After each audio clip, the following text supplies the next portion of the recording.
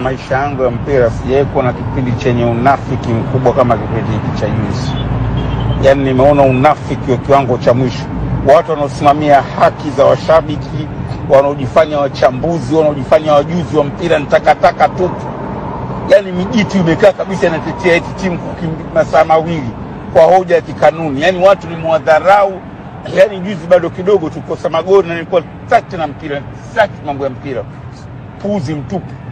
Yaani watu unaoamini wanaweza wakaelekeza mambo kwenye mpira ni takataka tu, unafiki mkubwa umewajaa.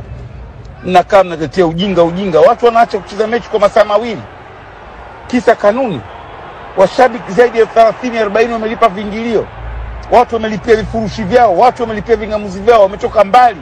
Hamjali washabiki, mnakimbilia eti kanuni imevunjwa. Katiba zinavunjwa ya Yanga. Mwaka wa 3 wafanye mkutano mkuu, mpo kimya, afu mnajifanya watetezi wa mpira. Takataka tupu nyinyi. Mimi nawaambia ukweli kabisa na wala siwaogopi. Hakuna yoyote wa kunifanya chochote na hamna lolote ananiweza. Nimeanza kuchambua kabla nyie wote mko kwenu kwa Magimbigo huko. Naifahamu najua mpira watetezi wakubwa, kumbe unafiki tu. Hamuangalii washabiki.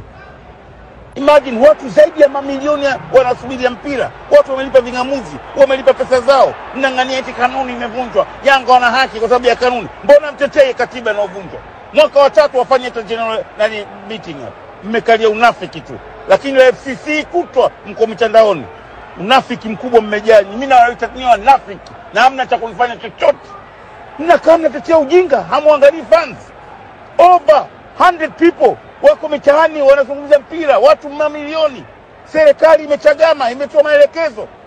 Leo mnasema katiba kanuni imevunjwa. Katiba haijavunjwa kwa kuikiuka TFF. TFF sio vilabu vinatakiwa vifuate TFF. Katiba zetu zinasemaje? Hilo mbona mliangalii? Lipi mama kati ya katiba na kanuni? Lipi kubwa? Mnafanya unafiki, mnafanya uzandiki, mnakaa kwa sababu mnazungumza tu vitu vya ajabu. Mnataka kuonyesha watu wana makosa. Mnakaa mnakosoa barua, hamjakosoa walokimbia mechi. Kutwa mmekaa mmekosoa barua tu. Acheni unafiki bwana.